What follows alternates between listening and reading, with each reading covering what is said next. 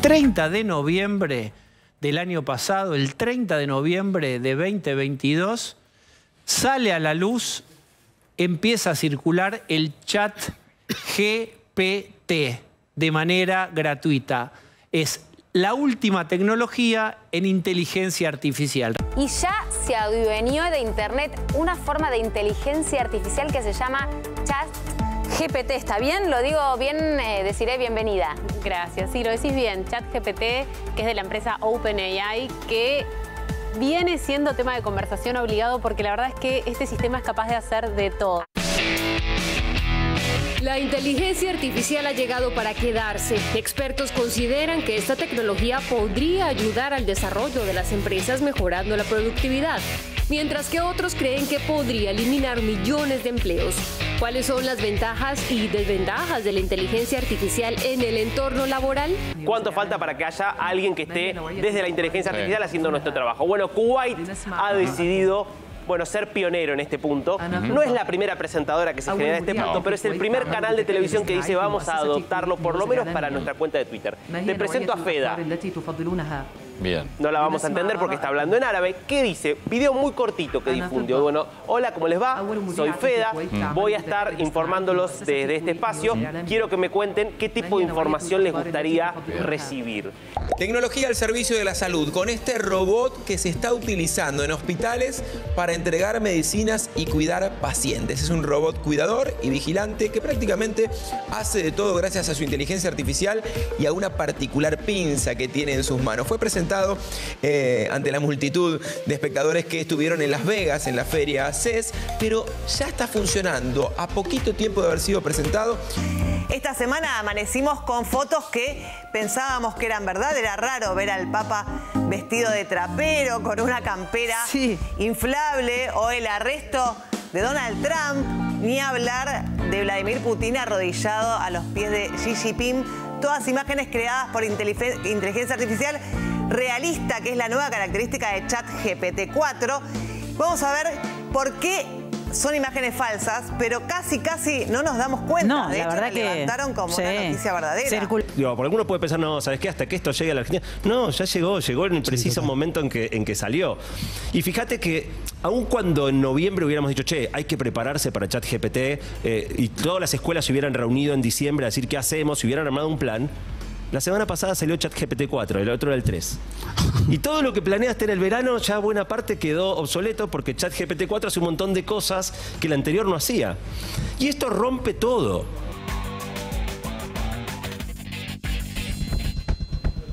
¿Cómo les va? ¿Cómo andan? Buenas noches. Les damos la bienvenida formal a Redacción Abierta. Lo han visto en este tape de inicio. Vamos a hablar sobre las dudas que plantea, los desafíos, los peligros de la inteligencia artificial. Hicimos un poco un repaso y también una buena mezcla que hicimos con la producción ahí para ver en todos los ámbitos donde se está aplicando la inteligencia artificial. Y bueno, justamente se plantean desafíos, se plantean miedos, se plantean dudas sobre lo que puede o no venir, y por eso también lo queremos tocar desde puntos de vista muy amplios y distintos. Vamos a saludar por este lado. Lo tenemos a Andrés Piazza, es abogado en seguridad informática, y a Darío Sandrone, que es doctor en filosofía y docente de la UNS. ¿Cómo les va? ¿Cómo andan? Buenas noches. Gracias por andar por aquí. Buenas noches, gracias por la invitación. Muy requeridos por estos tiempos, ¿no? Digamos, está en auge el tema, ¿no? Sí, totalmente. Bueno, lo hemos tenido a Darío un par de veces acá en la casa también, y bueno, gente de la casa y también gente que frecuenta mucho este lugar. Pablo Cardoso Herrera, ingeniero en informática, y el divulgador y periodista Eduardo Aguirre. ¿Cómo les va? ¿Cómo andan? ¿Todo bien? Muy bien, muchas gracias por la invitación.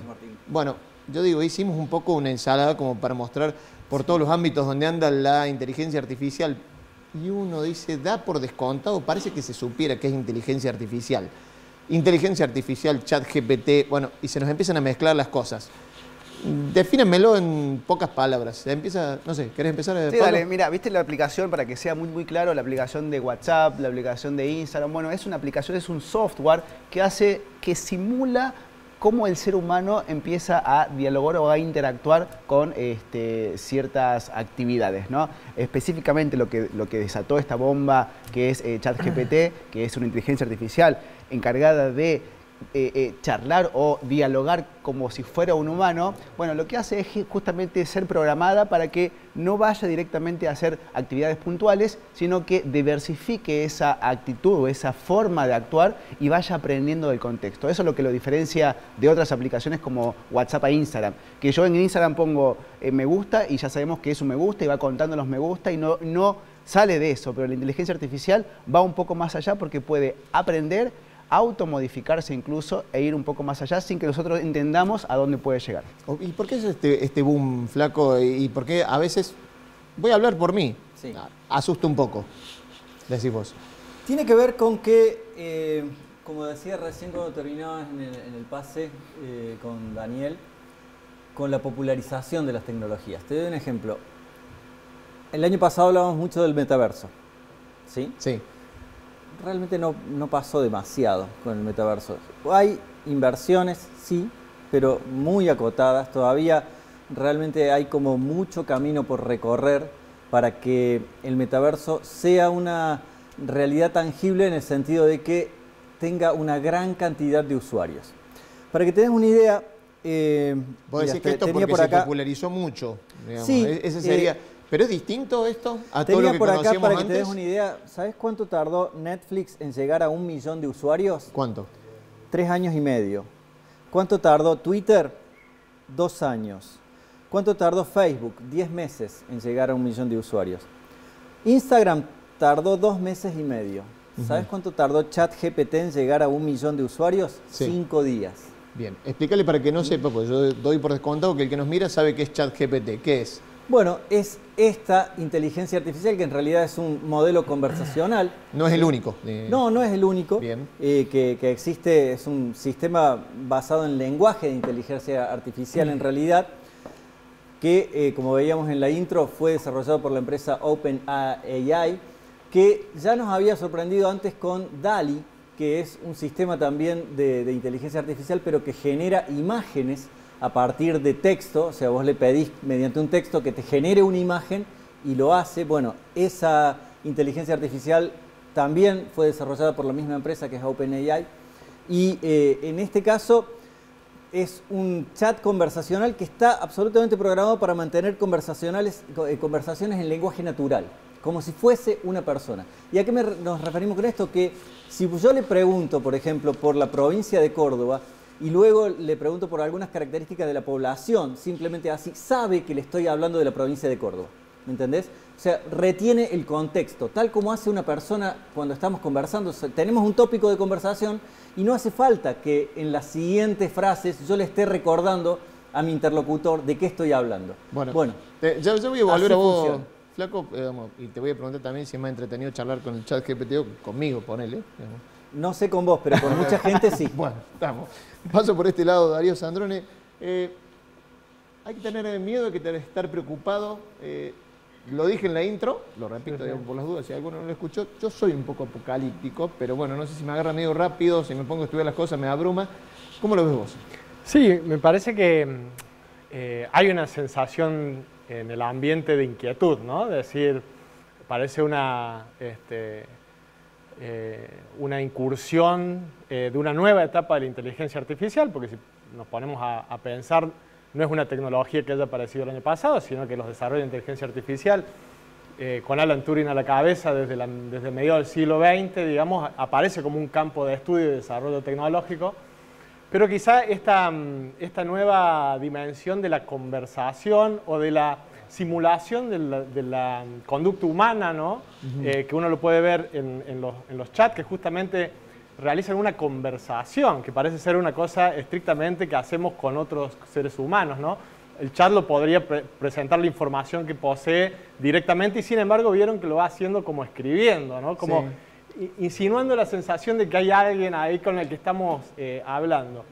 Pero la simulación de las conductas humanas es un aspecto de las inteligencias artificiales. Quizás haya que pensar que el concepto de inteligencia artificial es mucho más amplio que incluso el de Machine Learning, que es este tipo específico de inteligencias artificiales, que básicamente son grandes procesadores estadísticos de información. Es decir, agarran millones o miles de millones de palabras, incluso frases que utilizan los humanos para hablar un tema, establece correlaciones estadísticas y da estadísticamente la respuesta más probable que daría un ser humano a esa conversación.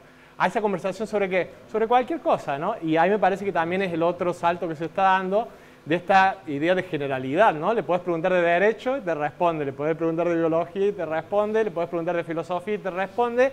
Y básicamente las respuestas no suelen ser incoherentes, aunque tiene fallas, porque dan las más probables. Digamos, sí, las incluso, que, bueno, seguirá perfeccionando eso y irá teniendo respuestas más coherentes con lo que vos decís, bueno, va avanzando. Sí. Asusta un poco. No, da respuesta coherente. Ahí hay una tensión con el ser humano, porque el ser humano parece que no funciona de esa manera, ¿no? Más bien lo que hacemos nosotros es, con pocos datos, generamos ideas bastante abstractas y especulativas sobre la realidad. Es verdad. Y ese salto es el que por el momento algunos dicen, estos chats en particular o estas tecnologías en particular, que son las que se han popularizado, tienen un límite que siempre van a dar la respuesta más probable estadísticamente hablando, ¿no? Es decir, no darían ese salto de pasar a ser respuestas, por ejemplo, poco probables, que son las que hacen los verdaderos avances científicos o tecnológicos, o las transformaciones sociales y políticas, son cuando aparecen las respuestas improbables, ¿no? o las que nadie esperaba que surgieran, ¿no? Esta tecnología parece que no tiene las herramientas para llevarnos a eso, sino más bien siempre la respuesta más probable estadísticamente, pero eso es muy útil, porque muchas cosas que nosotros hacemos, lo hacemos en base a las respuestas más probables. Por ejemplo, un examen, ¿no? O por ejemplo, responderle a nuestro jefe, ¿no? O por ejemplo, hacer un informe sobre algo. Generalmente trabajamos con las respuestas más probables, ¿no? Y en ese ámbito, que son muchos en nuestras prácticas generales, claro, se empieza a difundir y es una herramienta muy potente. Por eso uno podría pensar que no es una tecnología muy sofisticada desde el punto de vista de lo que hace, que correlaciona y da respuestas probables, estadísticamente hablando, pero sí con una gran potencia de transformación social en el sentido de en cuántas prácticas sociales actuales se puede entreverar, ¿no? Se puede mezclar con los no humanos. Y quizás tenemos que pensar en una sociedad donde haya inteligencias humanas mezcladas con no humanas, ¿no? Ahora, esas inteligencias, te lo pregunto a vos también, Andy, ¿cómo lo ves? ¿Nos van a atropellar, nos van a llevar puestos o no? ¿Nos van a superar? Bueno, a ver, también te pido una opinión desde tu ámbito del derecho con esto de la carta que sacaron estas 1000 personalidades a nivel mundial, otra carta que respondió a eso y que hablaban de, bueno, hay que parar la mano, hay que regular esto. ¿Qué opinas vos? Es mucho, ¿no? Bueno, pero sí, te estoy preguntando un montón. Intentar responder en un ratito. Nos puede llevar puesto, depende de qué, de cómo como sociedad, pero en realidad globalmente le demos respuesta a estos desarrollos que nos pueden beneficiar mucho. Podemos perder cientos de millones de puestos de trabajo y continuar, porque van a haber nuevos desarrollos que nos van a quitar otros puestos de trabajo, y veo algunos colegas míos preocupados porque ya textos jurídicos y contratos que son redactados por estos programas con lenguaje natural, e incluso con una precisión, como es la respuesta más probable, mayor a la de la mayoría de los más avesados abogados. Conocen toda la jurisprudencia, todos los precedentes, ¿no? En todas las profesiones pasa lo mismo. ¿Tiene alcance algo que vos no tuviste alcance en toda tu carrera en el que te seguís especializando el día de hoy? Información. Claro. Pero particularmente Darío decía, procesan muchos datos y dan la respuesta más probable. Pero están programados por alguien con una visión del mundo y tienen en la discusión incipiente, que ya lleva como 4 o 5 años, de cómo se va a regular esto internacionalmente o qué principios de ética van a guiar los desarrollos o deberían guiar los desarrollos, y ya la Unión Europea, la UNESCO, la OCDE están trabajando, tienen declaraciones sobre esto, tienen discusiones grandes y tienen ya algunos principios determinados. Dicen, bueno, hay sesgos que se establecen a propósito por quien los desarrolla o sin querer, solo por la visión del mundo que tiene el grupo o la empresa desarrolladora de cualquier programa, y con los sesgos que tienen los datos con los que se entrena o que se le aportan a los diferentes, porque digo, uno es el que procesa lenguaje, pero otro es el que procesa imágenes, el reconocimiento facial o lo que fuera. Si el reconocimiento facial de las cámaras de seguridad ve siempre gente con el mismo biotipo robando, las posibilidades estadísticas de que se diagnostique o que se piense que los que roban son determinados biotipos, o muchas veces ya en el sector privado pasa, los bancos cuando asignan créditos, bueno, decisiones judiciales que se están empezando a usar con asistencia algorítmica. Hay algunos principios que dicen hay que trabajar esto con alguna lógica en donde si alguien recibió una decisión que lo afecta y que tiene una asistencia algorítmica, tendría que tener la posibilidad de que alguien, un humano, revise esa decisión en el caso de que sea injusta por estos sesgos. Hay quienes están planteando principios a la hora de desarrollar software. Hay, yendo, Andy, en eso, creo que era la Unión Europea que había, por ejemplo, puesto cláusulas de ese tipo, ¿no? Y digo, hay principios, ¿no? Estamos hablando de todavía muy suavecita la regulación. Claro, porque, digamos, ponen la cláusula de que tiene que estar dado el visto bueno por un ser humano, entonces, bueno, hace el análisis, la inteligencia artificial, viene un tipo, le mete la firma y ya está, digamos, interviene un humano en el proceso. Es como, podría de todos modos se burla no solamente en esto, la ley, claro, se burla en un montón de cosas. Para ¿no? responder a la pregunta que me hacías, me dicen Andy, los que me conocen hace más de 20 años, ¿no? Digamos, pero digo, para responder a la pregunta de si esto nos puede llevar puestos, claro, si las decisiones algorítmicas nos van a comer terreno de nuestra dignidad o de nuestra individualidad, por supuesto que nos pueden llevar puestos. Si nos van a sacar el trabajo, sí. Ahora, si nos sacan la parte fea del trabajo y no nos sacan el ingreso, hay una confluencia filosófica y política que se está planteando, que es los jerarcas de Silicon Valley, los empresarios que más dinero han levantado, que empresas más rentables tienen del mundo, y las izquierdas más radicales de Latinoamérica están diciendo tiene que haber un ingreso universal, un fondo, una jubilación para cada persona, solo por ser persona, en todos los países. ¿Cómo puede ser que personas que piensan tan distinto estén empezando a pensar en esta idea? Incluso en las propias criptomonedas hay proyectos de Universal Basic Income, ¿no? Digamos, cómo hacer para darle un poco de plata a cada uno. Si nos sacan el trabajo feo de hacer, el repetitivo, el difícil, los robots, el trabajo que nos cuesta esfuerzo, pero todos tenemos dignidad, a lo mejor desde el punto de vista de la gobernanza resolvimos la mayoría de los problemas de la humanidad. Dudo que eso pase, y estos 1000 especialistas que firmaron esta carta le dicen a Occidente, ¿no? A las empresas de Occidente, a OpenAI, a Microsoft y a los que van picando en punta. Paremos el desarrollo de esto por 6 meses para ver las implicancias, porque esto es muy peligroso. Ahora, Elon Musk, que dice esto, quiere hacer una empresa, estuvo involucrado en los inicios de OpenAI, ahora no está, y quiere hacer una empresa y le quiere comer terreno, va por detrás en la carrera, no en la espacial, no en la de los autos, pero en esta sí. Y la verdad es que Oriente no va a parar, China y Rusia no van a parar, India tampoco. Me parece que es a la medida que esto acelera, a la velocidad que va, que es escalofriante, como describía Edu, que también lo conozco hace muchos años, al mismo tiempo hay que pensar en las implicancias y encontrar rápido una forma global y colectiva de cuidar, de que no nos lleve puestos, ¿no? Esa gobernanza que es lo que más me interesa pensar. Ahí para hablar un poquito, perdón, por quizás disentir, quizás ampliar, esto es ya. España e Italia dijeron, tengo una herramienta al alcance de la mano que es la GDPR, que es la Regulación General de Datos de Protección de Datos Personales. Agarraron esto y dijeron, OpenAI IA no está cumpliendo con esta regulación, que es una regulación que está en toda Europa. Y Brasil la incorporó también con algunas modificaciones. Se agarraron de eso y pudieron frenar incluso las pruebas que se están haciendo en estos dos países. O sea, la herramienta es, porque interpretaron que era ya la implicancia de obtener esa herramienta. Sí, ya están haciendo. Está bien, pero dos países. Digamos, no, pero ¿qué pasa? Y hay un montón de privados. En estos dos países le están obligando a Facebook, que son multinacionales, Google, HP o todas estas grandes empresas que tienen que adaptarse a estas regulaciones. Entonces, comienza España, sigue Italia e indefectiblemente el resto de las empresas que están en tecnología van a tener que empezar a rever sus procesos internos, sobre todo para cumplir con los estándares de privacidad, seguridad y protección de datos personales, ¿no? Después de la carta esa que se publica, hubo otra carta de la Red Abierta de Inteligencia Artificial a Gran Escala que le decía, bueno, está bien, pero la están pifiando porque el Estado no solamente tiene que ser regulador, sino que también tiene que entrar a participar para de alguna manera equilibrar eso. ¿Es así? Sí, es lo que este historiador Harari dice, que al adquirir el dominio del lenguaje, estos sistemas tienen la llave maestra de la civilización, ¿no? De poder hackear la civilización, porque es el sistema operativo de la humanidad, el lenguaje. Y en esto que decía Pablo, que es cierto que los estados pueden intervenir, pero lo cierto es que corren muy de atrás, muy de atrás. Hay más de 1000 empresas en el mundo que ya han contratado los servicios de OpenAI, ¿sí? Y esto quiere decir que ya han integrado los sistemas estos sistemas, que como decía Darío, son solamente una partecita mínima de todos los que existen como desarrollo de inteligencia artificial en el mundo, y como te digo, hay más de 1000 empresas que ya lo están utilizando. ¿Qué quiere decir esto? Que están formando parte hoy de sus procesos productivos.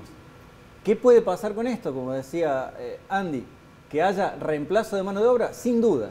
Como todo proceso industrial, como desde la primera revolución industrial, el tipo que le ponía la tapita al pomo de dentífrico y pasó a ser reemplazado por una máquina, como veíamos en Charlie, una máquina de chocolate.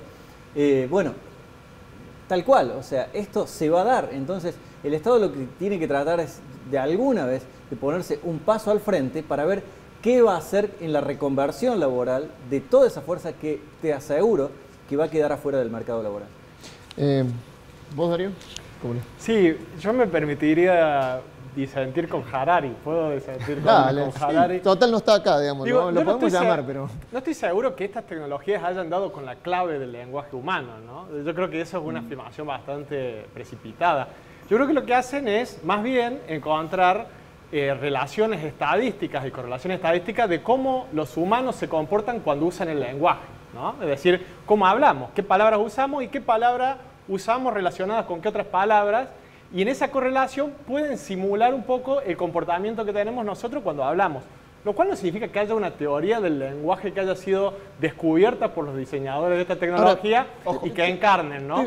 Perdón, Darío, te freno ahí porque lo hablábamos antes de entrar acá a cámara. Yo te decía, bueno, está bien, eso daría la pauta de que es como una caja cerrada que con cálculos matemáticos saca esa conclusión. El tema es que a mí lo que por lo menos me asusta un poco de esto es que cuando se habla de entrenamiento, desbúrrenme en esto de que una máquina se puede entrenar y seguir perfeccionándose, digamos, y ahí es donde veo el problema, más allá de eso. Sí, ahí hay dos aspectos, después quisiera decir algo de las dos cartas también, pero ahí hay dos aspectos que me parece que tienen que ver, uno, con justamente esta manera de entrenar los algoritmos no se parece mucho a la manera en que los seres humanos desarrollamos el lenguaje, ¿no? Es decir, cualquier niño con un poco de datos a una edad muy temprana ya desarrolla la gramática de nuestro lenguaje, que es una manera de relacionar lógicamente sonidos y símbolos muy sofisticada. No parece ser que sea la forma que proceden estas máquinas, donde se los atiborra de millones y millones y cientos de millones de datos para que puedan apenas esbozar algunas frases parecidas a un ser humano, ¿no?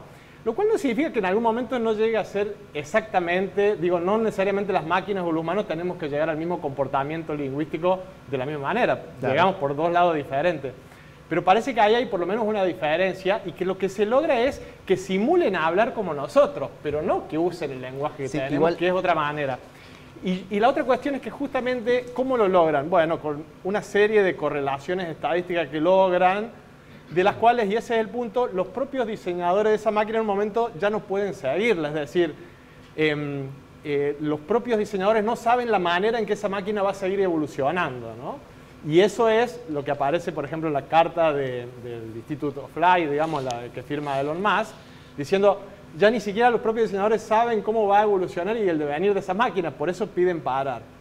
Ahora, la cuestión es, yo diría, ahí hay dos polos, ¿no? Pausar, que es lo que propone esa carta, y acelerar lo que propone la Red Internacional de Inteligencia Artificial Abierta, que es una acelerar por otro lado.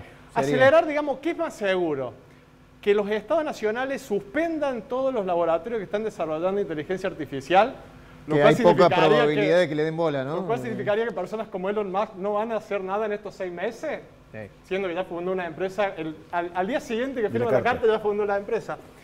O acelerar que las universidades, los seguidores de la inteligencia artificial, los estados nacionales, los estados municipales, digamos, que todos empiecen a meterse públicamente a los entrenamientos de estas máquinas, y entonces quizás sea más fácil que se puedan detectar peligros y riesgos para la sociedad, que si le dejamos que 5 corporaciones sean los que digan cuáles son los riesgos para la sociedad, ¿se entiende? Entonces a mí me parece una discusión interesante, me parece que es el núcleo de discusión política de estos asuntos, ¿no? Más ética. Abrir o cerrar en 5 corporaciones, que ellos negocien por separado con los estados a ver cómo se regula, cómo no se regula, qué ley se pone, no se pone, qué se permite, qué se prohíbe, donde todos nosotros quedamos a la espera de qué se decide en ese marco. Me parece que justamente estas tecnologías permiten otro juego regulatorio y político, ¿no? Ya que cualquiera puede bajarlas, descargarlas, intervenirlas, desarrollarlas, ¿no? A diferencia de otras tecnologías del siglo XIX. Igual se sabe ya, me parece eso, ¿no? Se sabe. O sea, está bueno lo que dice Darío, que en general se utiliza a través de la estadística para dar una respuesta posible, muy cercana a la del ser humano. Pero ¿qué pasa? Detrás, ¿cómo ChatGPT nace y se entrena?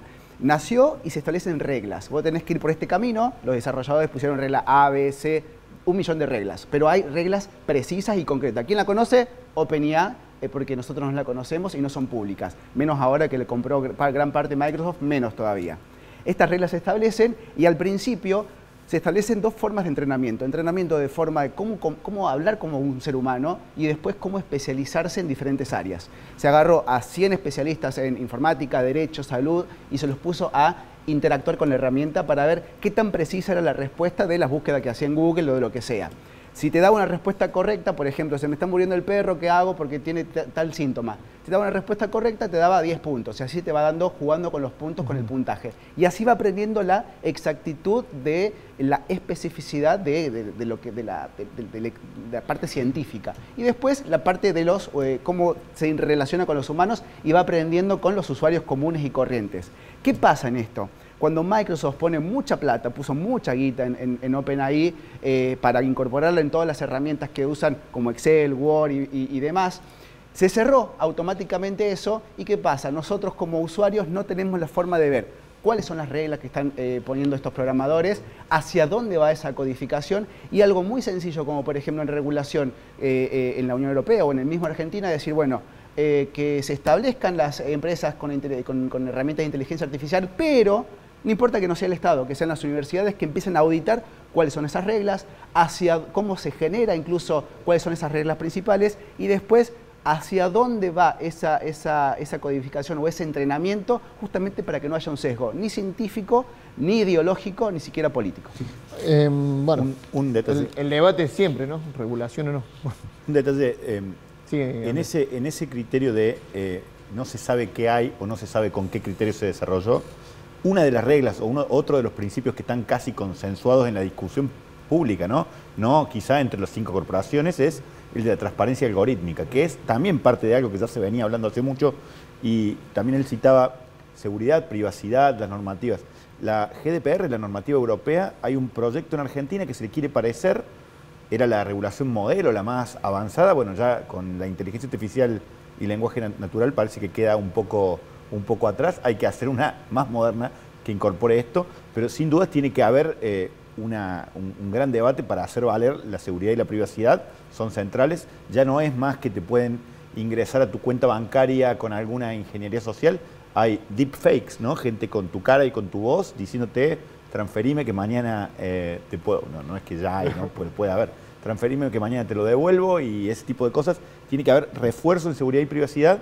Y la transparencia algorítmica ya no es algo que, cómo funciona el buscador, cómo funciona para ver que yo quedo primero o cómo llego a los resultados de búsqueda. Acá es algo que nos afecta directamente y tiene que ser la transparencia algorítmica parte de esa regulación. A su vez, las leyes de los estados nacionales les quedan chicas porque, como casi todo lo que tiene que ver con Internet, es transnacional y ponernos de acuerdo globalmente es muy difícil, pero hay que hacer, o sea, más que nunca ese debate tiene que suceder. El debate de ponerse de acuerdo entre estados, digamos, ¿no? Multidisciplinario, con estados y corporaciones, un acuerdo que permita que justamente estos principios rijan y que los desarrollos no se los lleven puestos. Mirá, habíamos preparado con la producción justamente un documental, parte de un documental que ha hecho la Deutsche Welle sobre el tema de los límites éticos y tocó varias partes. Uno era el tema de la medicina, una buena y una mala. Mirá, lo vemos y lo charlamos acá. Respuestas, viajamos a Japón, donde médicos y científicos investigan la inteligencia artificial en la medicina.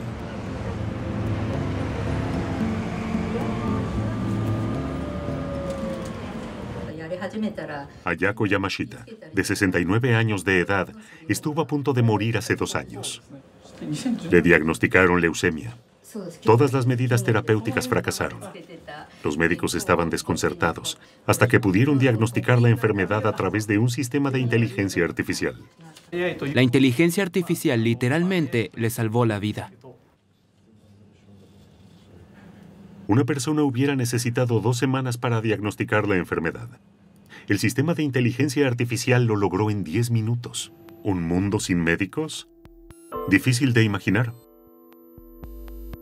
¿Realmente queremos que nos atiendan máquinas que reducen a las personas a datos técnicos?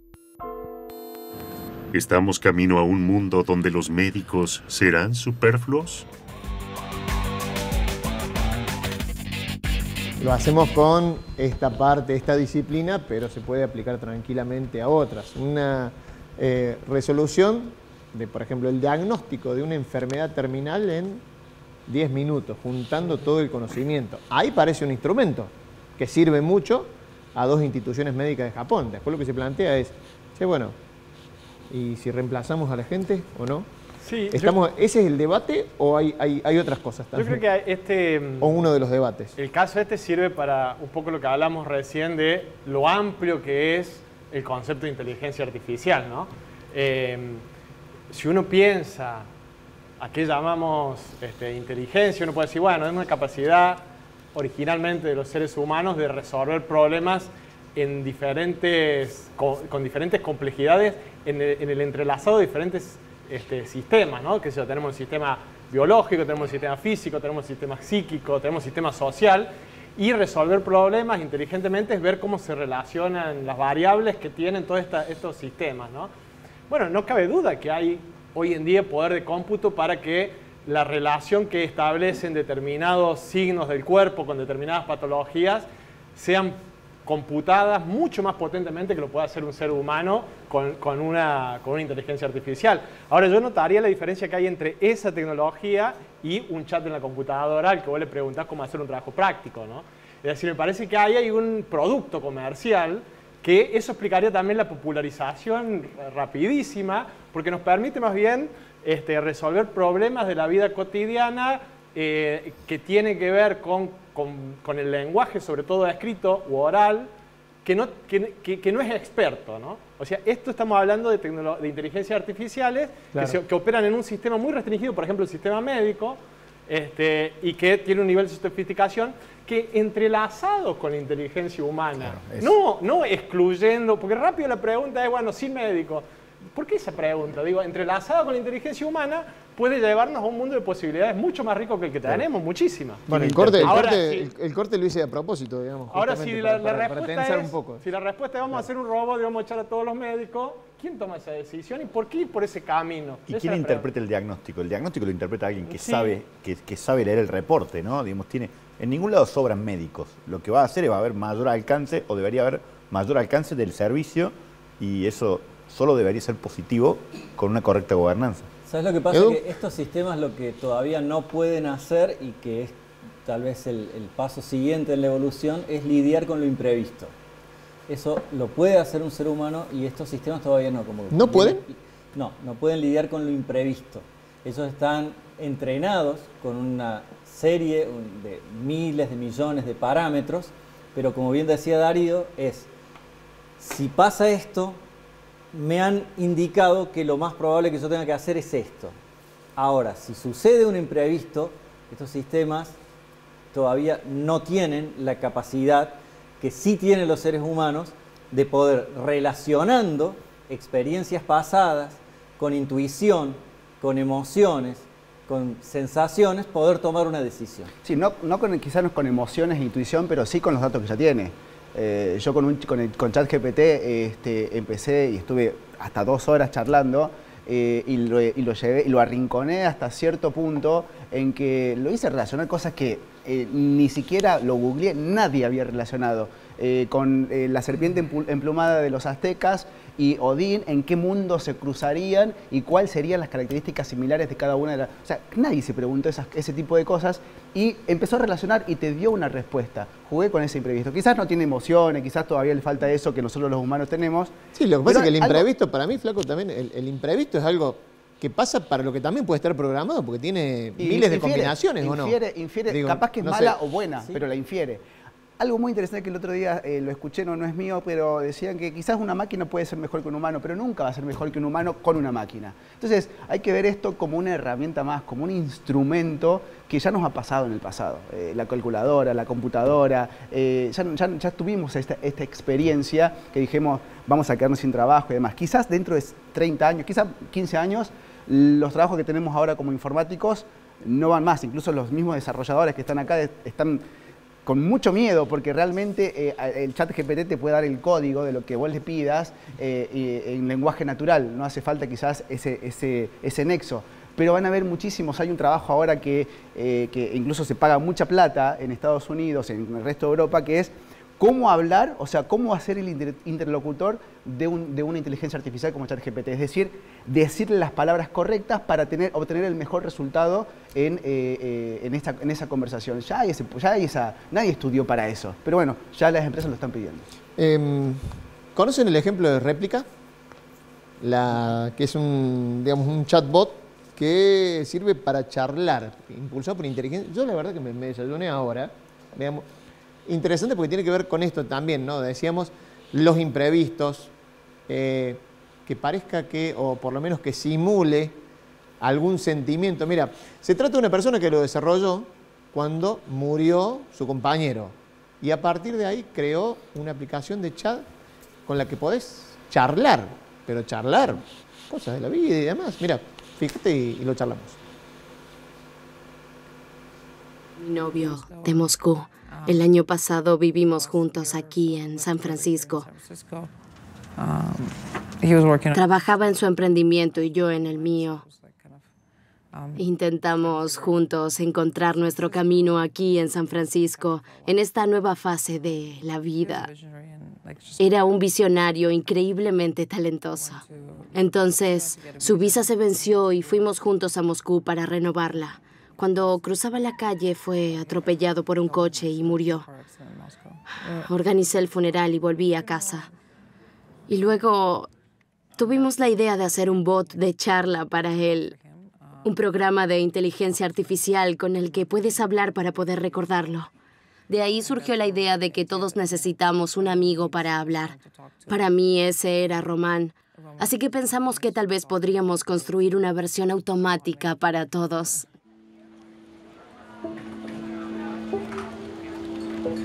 Réplica. Una aplicación inteligente. Un bot de charla, es decir, un robot para conversar que aprende poco a poco las circunstancias, los temores y las preferencias de su interlocutor humano. Un robot de charla. Puedes empezar a charlar y bueno, te vas relacionando y demás. Sí, yo ahí... Hay un capítulo de Black Mirror, ¿no? La serie muy conocida que... El primero o segundo capítulo de la segunda temporada, creo que es, donde muere también la persona, el compañero de alguien y lo recrean. Y lo recrea. Yo creo que ahí se ve como, ilustra ese caso muy claramente lo que hace quizá del ChatGPT a escala mundial, ¿no? Porque es tomar absolutamente todos las palabras que ha dicho un ser humano, por ejemplo, en sus redes sociales, correlacionarlas y tratar de imitar cuál sería la respuesta más probable que daría, por ejemplo, el compañero muerto de la mujer, ¿no? Y si vos le permitís a la empresa además entrar a los mails, tenés un nivel de respuesta mucho más íntima, que es lo que tiene uno cuando nadie lo está viendo, y entonces es más realista todavía la capacidad de poder dar la respuesta probable que daría esa persona. Por un lado eso.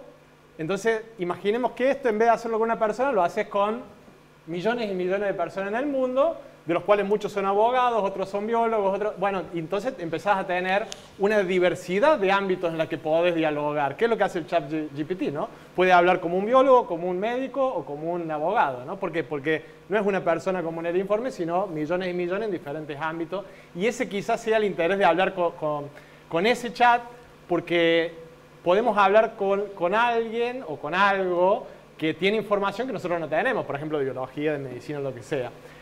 Me parece menos interesante la otra parte del informe donde uno termina hablando con una máquina que responde lo que nosotros queremos escuchar o que sabe qué queremos o qué nos gusta más, porque lo más lindo de las conversaciones son con personas que responden lo que no sabemos que va a responder, o que responden imprevistamente, o que no responden de la manera que nosotros esperamos que lo haga, ¿no? Bueno, quisiera decir una cosita más nomás. Sí. En relación a lo imprevisto, yo pondría un matiz ahí, porque yo creo que estas máquinas, a diferencia de las máquinas mecánicas del siglo XIX, en donde un imprevisto era una falla, en un motor hay un imprevisto y se rompe. Estas máquinas, a los imprevistos que tienen el entorno, los incorpora y elabora nuevas respuestas estadísticas. Es un hecho raro en su estadística, pero pasa a ser parte de la estadística, ¿no? No tengo más tiempo, lo que sí, voy a hacer algo que por ahí no sé si me favorece a mí ahora, porque le voy a preguntar justamente al ChatGPT cuáles son los peligros o cuáles son los riesgos de la inteligencia artificial, a ver qué me responde. A ver, lo hacemos en vivo acá con nuestra productora, Diana. A ver, le preguntamos al ChatGPT, mira, ¿hay peligros al usar la inteligencia artificial? A ver qué me responde, a ver si... Bien, lo escribimos. Sí, como ocurre con cualquier tecnología, el uso de la inteligencia artificial conlleva algunos riesgos, desafíos. A continuación te menciono algunos. Sesgo, falta de transparencia, privacidad. El uso de IA a menudo implica recopilación y análisis de grandes cantidades de datos, pérdida de empleo, control y responsabilidad. Bueno, mira, bastante coherente, ¿no? Lo dijo mejor que nosotros. ¿Eh? Lo dijo mejor que nosotros. Lo sacó barata, ¿no? Como el de Pablo, que lo tuvo 2 horas hablando de las serpientes emplumadas. Pobre chat, ese de haber quedado de exhausto. Quedó medio loco, quedó medio loco. Yo le pregunté cuál era el club más grande de Córdoba y me dijo Talleres. Hagan la prueba. Ojo ahí, ojo. Bueno, ahí. viste que puede fallar. Bueno, a veces falla, gente. Muchas gracias. Nos vamos a la primera pausa en Redacción Abierta y en el próximo bloque hablamos sobre informes especiales que publicó nuestro sitio CBA24N sobre la contaminación sonora en Córdoba. Quédense, ya venimos.